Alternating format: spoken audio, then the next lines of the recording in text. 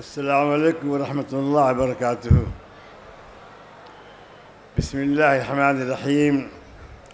الحمد للہ وکفا وسلام علی عبادہ الذین اصطفیٰ، اما بعد فاعوذ باللہ من الشیطان الرجیم، بسم اللہ الرحمن الرحیم۔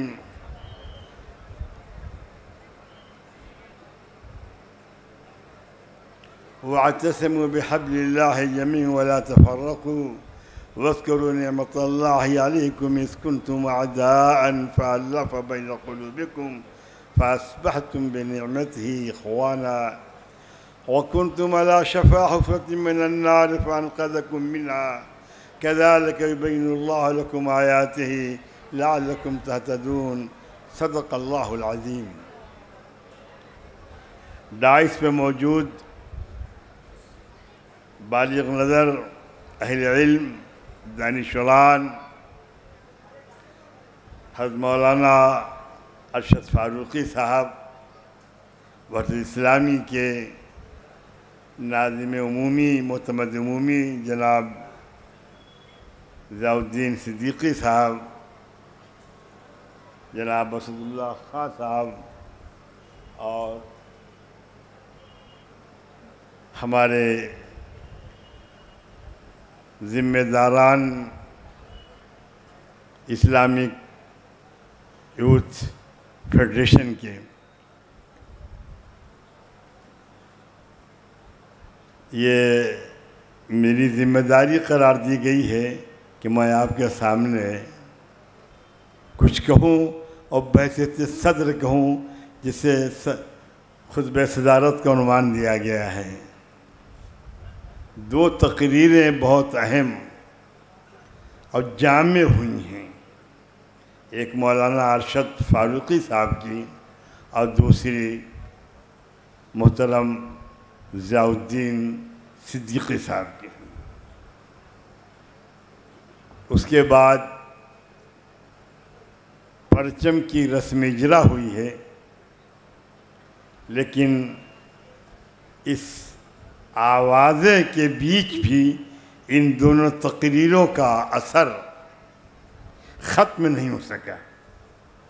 باتیں جو کہی گئی ہیں وہ دل کو چھونے والی کہی گئی ہیں۔ یہ سچ ہے کہ بیچ بیچ میں نعرے بھی لگتے رہے ہیں، وہ نعرے جذبات کو برانگیختہ کرنے والے نہیں تھے، وہ نعرے خوشی کے نعرے تھے، وہ ہمت و استقلال کے نعرے تھے، وہ نعرے آرزوؤں اور امنگوں کے نعرے تھے۔ وحدت اور امت مسلمہ کی وحدت، اور پھر اس پر گفتگو، میں سمجھتا ہوں عربی کا ایک مقولہ نہیں ضرب المثل ہے کہ ناقل التمر الی الحجر۔ مقام حجر میں کھجوریں بہت ہوا کرتی تھیں، تو عرب کہتے ہیں کہ یہ عجیب بات ہے کہ کوئی حجر میں آئے اور کھجور لے کر کے آئے۔ بالکل ایسے ہمارے ہاں کہا جاتا ہے کہ الٹے بانس بریلی کو۔ وہ دین جو وحدت پیدا کرنے آیا تھا، آج وہ افتراق و تشدد کا شکار ہو جائے۔ ہمیں اسلام کی پچھلی تاریخوں میں اختلافات تو ملتے ہیں، جنگیں ملتی ہیں، خوریزیاں ملتی ہیں، لیکن یہ موضوع نہیں ملتا کہ موضوع بنا کر کے اتحاد کی باتیں کی گئی ہیں۔ یہ پچھلے 300 سال سے یہ چیز سامنے آئی ہے، اور اس کی ضرورت سب سے پہلے جمال الدین افغانی مرحوم نے محسوس کی ضرورت کہ مسلمانوں کو متحد ہونا چاہیے۔ اور میں یہ بتاتا چلوں کہ انہوں نے اسی مہاراشٹر اسٹیٹ کی راجدھانی بمبئی میں ڈاک کے اوپر فرام سے جاتے جاتے مشرق کو خطاب کیا تھا اور کہا تھا الشرق الشرق ہیہات الشرق الشرق اہل الشرق اتفقوا ان یختلفوا واختلفوا الا ان یتفقوا۔ مشرق مشرق، افسوس افسوس، مشرق والے اس پر متفق ہیں کہ ایک نہ ہو، ایک رائے نہ ہو، ایک جہتی نہ ہو، ان میں اتحاد نہ ہو، اور اس بات پر ان میں اختلاف پایا جاتا ہے کہ ایک ہو جائیں اور متحد ہو جائیں۔ یہ تجزیہ تھا جمال الدین افغانی کا، اور انہی کے خیالات اور انہی کی راہ چلتے ہوئے اقبال نے کہا تھا ایک ہو مسلم حرم کی پاسبانی کے لیے، نیل کے ساحل سے لے کر تابع خاک کاشغر۔ ہمارا مقصد اتحاد کا کسی پہ حملہ کرنا نہیں ہے، کسی کی زمین چھیننی نہیں ہے، کسی کے گھر کو اجاڑنا نہیں ہے، کسی دوشیزہ کے سہاگ کو اجاڑنا نہیں ہے، کسی ماں کی گود کو خالی نہیں کرنا ہے، کسی بلکتے سسکتے معصوم بچوں کو یتیم نہیں بنانا ہے۔ ہم صرف اپنی حفاظت، اپنے تحفظ اور اپنے وجود کے بقا کے لیے اتحاد کی بات کرتے ہیں۔ جب ہمیں دیکھ رہے ہیں کہ غیر مسلم طاقتیں اپنی توانائیاں صرف کر رہی ہیں کہ امت مسلمہ میں یکجہتی پیدا نہ ہو، اختلافات بڑھتے چلے جائیں، پوری انسانی برادری مسلمانوں کے خلاف متفق ہو گئی ہے، اور جب بھی یہ متفق ہوئے ہیں انہوں نے بڑا کوہرام مچایا ہے۔ انہوں نے مدینے پہ چڑھائی کی متفق ہو کر کے، بدر کی جنگ اکیلے لڑی گئی، احد کی جنگ اکیلے لڑی گئی، لیکن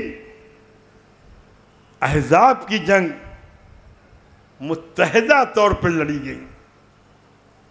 کچھ کی ہمدردیاں خاموش تھیں اور کچھ کی ہمدردیاں اعلانیہ تھیں۔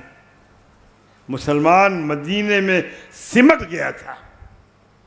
حضرت سلمان فارسی کے کہنے پہ خندق کھودی گئی، اسے جنگ خندق بھی کہا جاتا ہے۔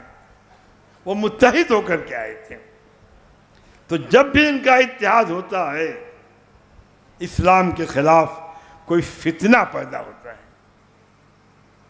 اس لیے جب مسلمان اتحاد کی بات کرتا ہے تو انہیں شکایت ہوتی ہے کہ مسلمان مجتمع ہو رہا ہے، مسلمان کیا کرنا چاہتا ہے۔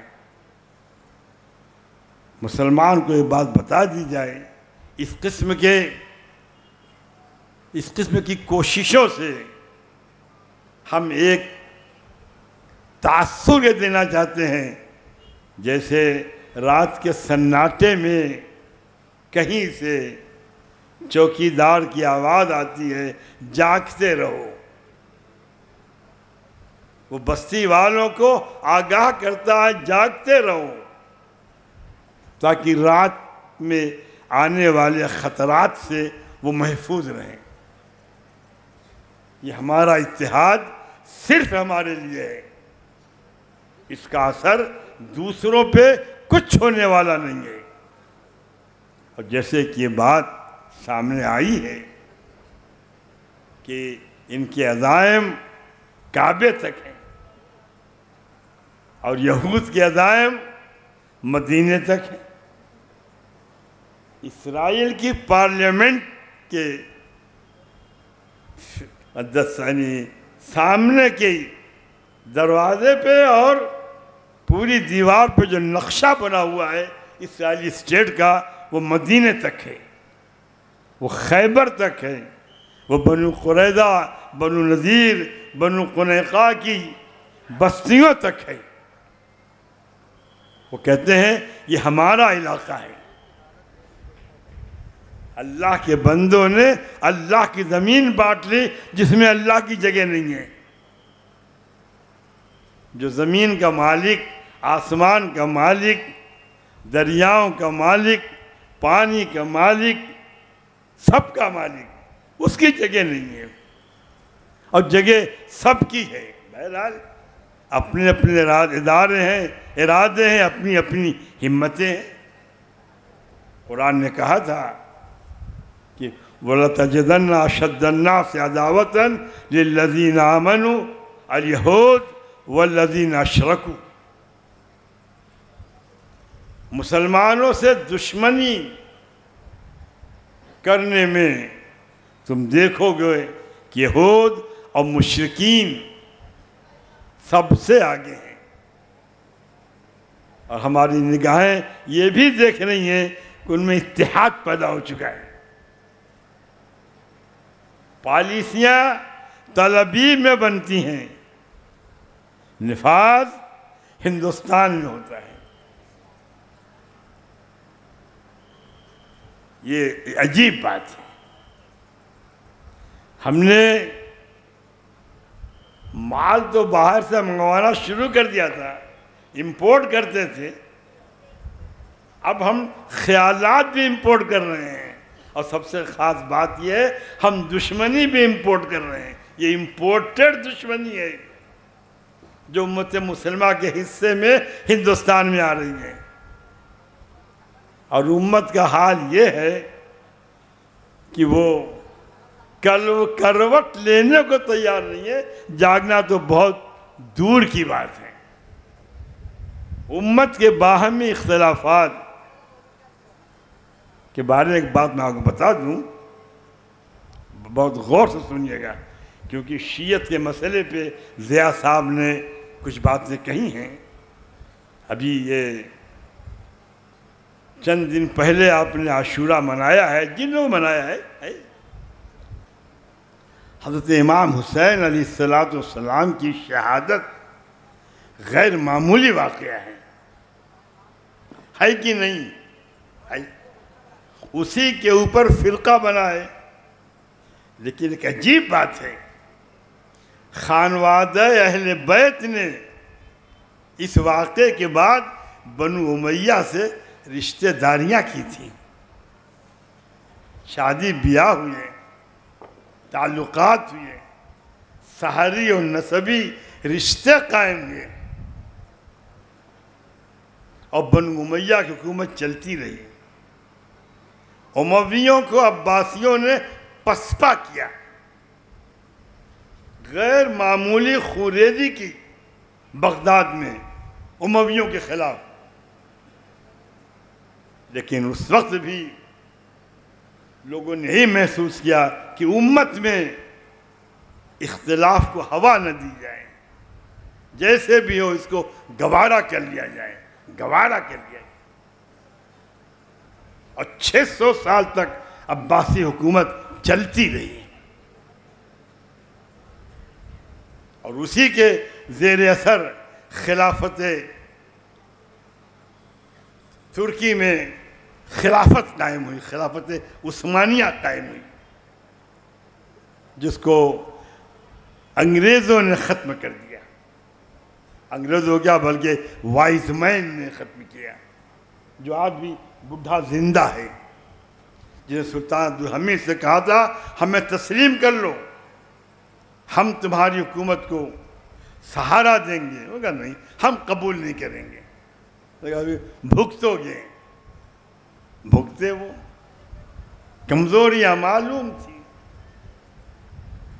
میں یہ بتانا چاہتا ہوں بحیثیت مجموعی امت فریب میں نہیں آئی. شدید ترین نقصانات، جانی و مالی خسارے، عزت و آبرو کے لٹنے کے باوجود مل کے رہے. اگر آپ دیکھیں تو عہد اموی کے شیعہ عہد عباسی کے شیعہ سے مختلف ہے. عہد عباسی کے شیعہ عہد عثمانی سے مختلف ہے. عہد عثمانی کے شیعہ ہندوستان کی مسلم حکومتوں کے عہد سے مختلف ہے. جب شیعہ سنی کانفلکٹ ہوئی ہے اور آصف جاہ اول کو حیدرآباد سنی حنفی اسٹیٹ دی گئی اور سعادت علی خان نشاپوری کو برہان الملک کا لقب دے کر کے اودھ کی اسٹیٹ دی گئی ہے، تو وہاں بھی الگ ہے. اودھ کا آخری تاجدار واجد علی شاہ جو شیعہ تھا، اس کے دربار کے اہم لوگوں میں عبدالحلیم شرر کے والد تھے. شرر کا بچپن وہیں گزرا ہے، اور شرر وہ بزرگ ہیں جنہیں مسلم یونیورسٹی علی گڑھ میں اس لیے پروفیسرشپ اردو کی نہیں مل سکی کہ وہ سنی تھے. ان کی تربیت اور ان کو جگہ واجد علی شاہ کے دربار میں ملی. اور واجد علی شاہ وہ ہے جنہوں نے سید احمد شہید رحمۃ اللہ علیہ کی تحریک کی تعریف کی تھی. اور واجد علی شاہ وہ ہے کہ اس کے زمانے میں 9 ذمہ داریاں تھیں. ان 9 ذمہ داریوں میں 7 شیعہ تھے، 2 سنی تھے. لیکن ملکی حالات میں انگریزوں کے خلاف ساتھ دینے کے لیے یہ 2 سنی ذمہ داریاں آئیں، 7 شیعہ ذمہ داری نہیں آئی. تو یہ عجیب مسئلہ ہے یہ. اور پھر لکھنؤ میں شیعہ سنی کانفلکٹ کو بڑھانے والے چودھری خلق الزماں ہیں. میں نے خود جھنڈے والی پارک میں جو مندر بنا تھا اس میں چودھری خلق الزماں کی تصویر دیکھی تھی. یہ بات میں آپ کو 1952 کی بتا رہا ہوں، یعنی ملک کی تقسیم کے 5 سال کے بعد. اور چودھری خلق الزماں وہ بزرگ ہیں جنہوں نے لکھنؤ میں جامع مسجد نہیں بننے دی. وہ سنی تھے. اس جگہ میں نے نماز پڑھی ہے.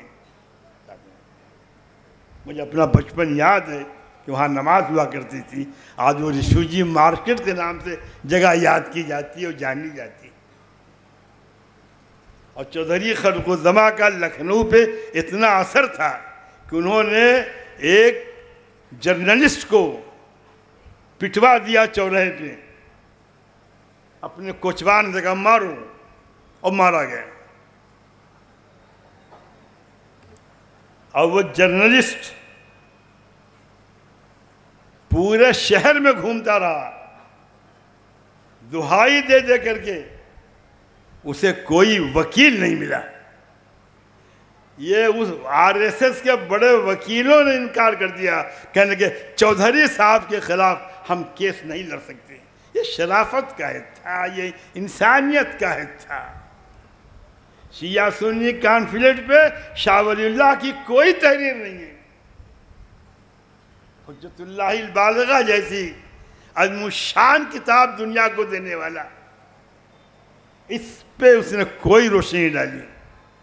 کیونکہ سب کے سامنے عظیم اتحاد، کسی بینر تلے آؤ، کسی عنوان سے آؤ ایک اسلام کے دامن میں پناہ لے لو، اسلام کی ترقی کے لیے کام کرو. دیکھیے بغداد کی حکومت کو تباہ کرنے میں نصیر الدین طوسی اور ابن القمی کا بہت بڑا ہاتھ ہے. ان دونوں کے اشارے پہ ہلاکو خواہ آیا ہے، لیکن مسلمانوں نے اس کو نظر انداز کر دیا. آج ابن القمی اور نصیر الدین طوسی کے علمی کارناموں کو سامنے رکھا ان لوگوں نے.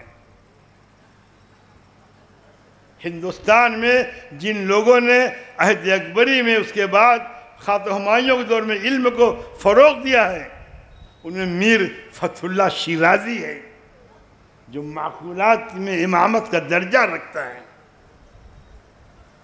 شیعی ہونے کے باوجود اس کے علم و فضل کو تسلیم کیا گیا. اکبر الہ آبادی شیعہ تھے، آخر تک شیعہ رہے. مولانا اشرف علی تھانوی اپنے مریدین کے ساتھ اس کے اشعار پڑھتے اور سنتے تھے. آج بھی تھانوی حلقے کے لوگ اکبر کے کلام کو بڑی اہمیت دیتے ہیں. یہاں بھی کوئی شیعہ سنی کانفلکٹ کام نہیں آئی. میرے عزیزوں، جب قومیں آمادہ زوال نہیں، زوال پذیر ہو جاتی ہیں، تب یہ سب چیزیں سوچتی ہیں ان کو. تب دوسروں کو دسترخوان دکھائی دیتا ہے، دوسروں کے کپڑے دکھائی دیتے ہیں، دوسروں کی تعلیمیں دکھائی دیتی ہیں. اور جب قومیں ترقی کی راہ پہ ہوتی ہیں تو خوبیاں، اچھائیاں دکھائی دیتی ہیں. الحکمۃ الضالۃ المؤمن حیث وجدها فهو احق بها. آپ گھبرائیے نہیں، 5 منٹ کے بعد 2 منٹ ہوا ہے، ابھی 3 منٹ میرا باقی ہے. آپ بالکل مریے، گھڑی ہو نہ ہو، اگر آپ ایماندار ہیں تو مجھ کو وقت کا پورا اندازہ ہے. اگر ابھی ڈنڈی ماریں گے تم کیا کریں گے. اقبال نے بڑے درد سے کہا تھا منفعت ایک ہے اس قوم کی. سنیے، انہی باتوں کے تناظر میں شعر پڑھ رہا ہوں. منفعت ایک ہے اس قوم کی، نقصان بھی ایک. شیعہ ہو، سنی ہو، خارجی ہو، رافضی ہو، داخلی ہو، جو بھی ہو، مرجئی ہو، اہل سنہ ہو، سب سن لیں جو کلمہ پڑھتے ہیں. منفعت ایک ہے اس قوم کی، نقصان بھی ایک.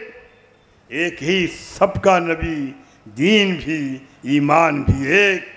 حرم پاک بھی، اللہ بھی، قرآن بھی ایک. کیا بڑی بات تھی ہوتے جو مسلمان بھی ایک. مسلمان جدا ہو گیا. بس اسی جدا ہونے والے مسلمان کو ہمیں جمع کرنا ہے. اور آپ جانتے ہیں مسلمانوں میں اس کی بنیاد کس نے ڈالی؟ عبداللہ ابن ابی ابن سلول نے اس کی بنا ڈالی. جب احد کی جنگ کے موقع پہ اپنے 300 آدمیوں کو لے کے چلا گیا، ایک بات تھی کہنے کی، محمد نے میری بات نہیں مانی. بس اس کے پاس کوئی دلیل نہیں تھی، کوئی وجہ نہیں تھی، ایک بات، محمد نے میری بات نہیں مانی. عبداللہ ابن سلول کے اس جملے کو یاد رکھیے اور دیکھیے جتنے اختلافات ہو رہے ہیں اسی پہ ہو رہے ہیں کہ میری بات نہیں مانی گئی، مجھے نظر انداز کیا گیا، میری سنی نہیں گئی. اور میری کیا ہے؟ اگر اسی میری کو ذرا سا اور ڈیفائن کرنا چاہوں تو عربی کا انا ہے، جو اللہ کے سامنے شیطان نے کہا تھا. جب اللہ نے پوچھا ما منعک اللہ تسجد امرتک، اے شیطان تجھ کو کس چیز نے روکا کہ میرے حکم کے باوجود سجدہ نہ کرے آدم کو؟ لگا انا خیر من، میں اس سے بہتر ہوں. وہ انا، یہ میری، یہ دونوں چیزیں انسان میں تفرقہ ڈالتی ہیں. اور اس کے لیے بہترین چیز تواضع ہے. آدمی متواضع ہو، لیکن تواضع کا مطلب یہ نہ سمجھا جائے کہ مولانا حسان بزدلانہ انکسار کی دعوت دے رہے ہیں. میں بزدلانہ نہ ذہن و فکر کا آدمی ہوں، اس کی دعوت دیتا ہوں۔ ساتھ ہی میں مجرمانہ طاقت کو بھی غلط سمجھتا ہوں۔ یہ صحت کا اعلامیہ ہے کہ طاقت مجرمانہ ہے، انکساری بزدلانہ ہے۔ مسلمان کو جرأت مند ہونا ہے۔ دیکھیے شیخ سعدی نے بڑے مزے کی بات کہی کہ تواضع کند ہوش مندے گزین، نہت شاخ پر میوہ سربر زمین۔ جو سمجھدار اور دانا ہوتا ہے وہ تواضع اختیار کرتا ہے۔ کیسے؟ جیسے پھلوں سے لدی ہوئی شاخ زمین پہ سر رکھ دیتی ہیں، یہ تواضع ہے۔ اور جو ٹہنیاں خالی ہوتی ہیں وہ تنی رہتی ہیں۔ میرے عزیزو، اسلام نے تکبر سے بچایا ہے۔ کہا ہے شیخ سعدی نے، تکبر بود عادت جاہلہ، تکبر نیاید ز صاحب دلہ۔ یہ جاہلوں کی چیز، اسے جہالت بڑھتی ہے۔ اب یہی جہالت آگے بڑھتی ہے جب اس کو جہالت کو جب دلائل ملتے ہیں، انہیں علم سے روشن کیا جاتا ہے جہالت کو، تو جاہلیت بن جاتی ہے۔ جاہلیت وہ ہے جس کے بارے میں عربی کے مشہور شاعر عمرو بن کلثوم نے کہا ہے، الا لا یجہلن احد علینا فنجہل فوق جہل الجاہلین۔ ہمارے سامنے کوئی جہالت نہ کرے، ہم جاہلوں سے بڑھ کر کے جاہل ہیں۔ یہ قابل اسلام کا تواضع ہے، اسلام کی انکساری ہے، اسلام کا عفو درگزر ہے۔ اسلام معاف کرتا ہے، سکھاتا ہے معاف کرنا۔ جنہوں نے حضور پاک کے دندان مبارک شہید کیے تھے، جنہوں نے آپ کے چچا کا خون بہایا تھا، جنہوں نے آپ کو چچا کا جگر چبایا تھا، آزائے رئیسہ کا ہار بنانا چاہتا، جنہوں نے آپ کو مکے سے نکالا تھا، جب فتح مکہ کے روز آئے ہیں تو آپ نے صاف فرمایا، لا تثریب علیکم اليوم فاذهبوا وانتم الطلقاء۔ آج کوئی پوچھ نہیں، کوئی ملامت نہیں، کچھ نہیں، جاؤ، تم سب آزاد ہو، رہا کیے جاتے ہو۔ یہ اسلام ہے، اس کی ہم دعوت دیتے ہیں۔ اسلام نے کہا تھا، حضرت عمر کے سامنے جب اس مسئلہ آیا ہے کہ گورنر مصر عمرو بن عاص صحابی رسول تھے، ان کے بیٹے نے ایک مصری کسان کو مارا، تو وہ قاہرہ سے نکل کر کے مدینے آیا ہے۔ دیکھیے آج آپ پولیس میں شکایت کرتے ہوئے ڈرتے ہیں کہ 200-400 روپے اور جانے والے ہیں، لیکن وہ ایک شخص نکل کے قاہرہ سے مدینے آیا ہے گورنر کے خلاف شکایت کرنے کے لیے۔ اور جب شکایت سنی امیر المومنین نے تو حضرت عمر نے فرمایا، بما تعبدتم الناس وقد ولدتهم امہاتهم احرارا۔ تم نے لوگوں کو کب سے غلام بنانا شروع کیا ہے؟ ان کی ماؤں نے انہیں آزاد جنا ہے، ان کی آزادی برقرار رکھو۔ ہماری کوششیں ہوتی ہے کہ انسان کی آزادی برقرار رکھی جائے، انسان پہ کوئی بوجھ نہ ہو۔ اسی لیے وحدت کلمہ، وحدت قبلہ، وحدت کتاب، نبی کی آخری نبوت پہ ایمان، نبی کے پیچھے چلنے کا جذبہ، نبی کی باتوں کو نافذ کرنے کے لیے پوری جد و جہد کرنا، یہ سب کا ہمارا حصہ ہے۔ میرے عزیزو، میں دعا کروں گا کہ اللہ تعالیٰ اس مجلس کو خیر و عافیت کے ساتھ جیسے آج گزارا ہے کل بھی گزار دیں، اور میں چاہوں گا یہاں کے جو صالح جذبات ہیں اور جو دیانتدارانہ گفتگویں ہیں اور جو ایماندارانہ ارادے ہیں، یہ سب بروئے کار آئے اور ہم سب مل کر کے اس ملک کی خوشحالی، ترقی اور مختلف فرقوں و مذاہب کے درمیان یگانگت اتحاد کی فضا قائم کر رہے ہیں۔ وآخر دعوانا الحمدللہ رب العالمین.